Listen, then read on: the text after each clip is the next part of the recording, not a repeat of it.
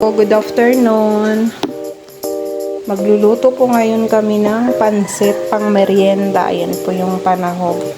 Celery, bawang, sibuyas, nor chicken, paminta. Ayan yung pansit canton. Ayan pa po, carrots, sayote, squid balls, pansit bihon, and repolyo. Ay, ayun pala yung manok.